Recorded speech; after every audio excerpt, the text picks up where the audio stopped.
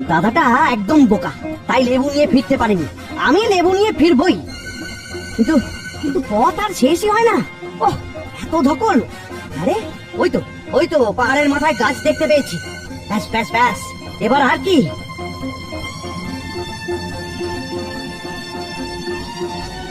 ওহ, এটা এটা লেবু গাছ না হয়ে যদি একটা বট গাছ হতো, তবে তবে ওর ছায়া একটু ঘুমিয়ে নিতাম।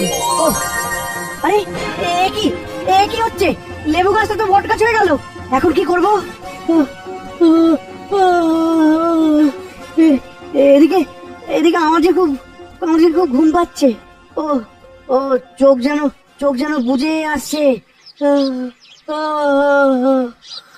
হায় রে, আমিও আমিও পারলাম না। আমিও আমিও পারলাম না। তুমি পারবে যুবক, তুমি পারবে। আপনি আমাকে আশীর্বাদ করুন মহারাজ। আমি আমি আশীর্বাদ করছি যুবক, তুমি সফল হও। আপনার আশীর্বাদ চাই বাবা। আমার আশীর্বাদ সব সময় তোর সঙ্গেই আছে বেটা। যা যা, ভগবান তোর মঙ্গল করবেন।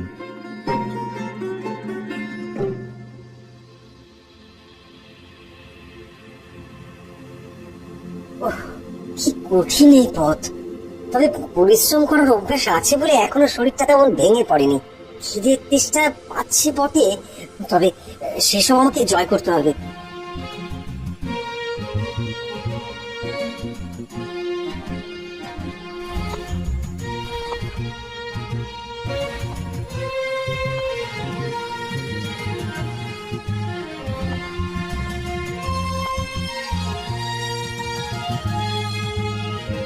ওই তো সামনেই সেই গাছ। বড় কিছু পেতে গেলে ছোট কষ্টগুলোর কথা ভাবলে চলবে না। যেভাবেই হোক এই লেবু রাজকুমারের জন্য আমাকে নিয়ে গিয়ে তার প্রাণ বাঁচাতেই হবে।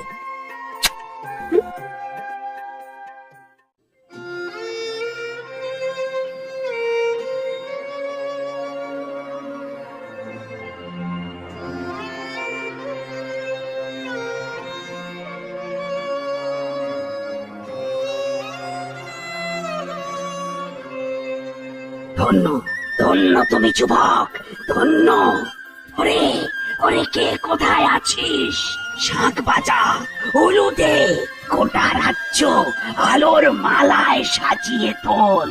রাজকন্যা আমার সুস্থ হয়ে গেছে, সুস্থ হয়ে গেছে।